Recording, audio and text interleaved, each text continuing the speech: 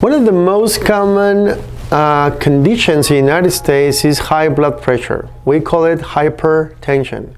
It's very common, it's very prevalent, and is one of the several risk factors for heart disease.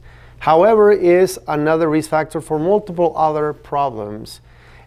And what happens is this: high blood pressure can come and go.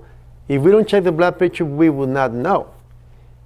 Now, most people check the blood pressure once in a while, but the proper way of checking the blood pressure turns out to be for 2 days, frequently several times.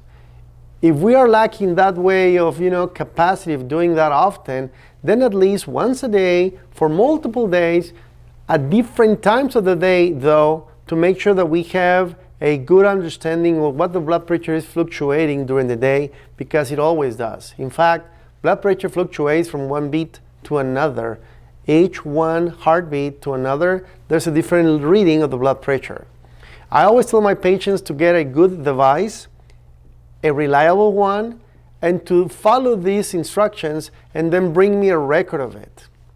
The other thing that we see all the time is that most people take the blood pressure in the medication in the morning, and data and extensive work mainly from Dr. Ramon Hermida from Spain, has shown us that most of the blood pressure medications, best time to be taken is before bedtime. It is actually quite advisable to do that. There's multiple studies, but the main one was just about a month and a half ago or so that showed convincingly that the best time to take the blood pressure medication is prior to going to bed. I always advise that to my patients. What we always like to do as well is to get them a blood pressure monitor that synchronizes with their cell phone, and we can monitor their blood pressure from a distance from a platform that we can have in our office in our medical records.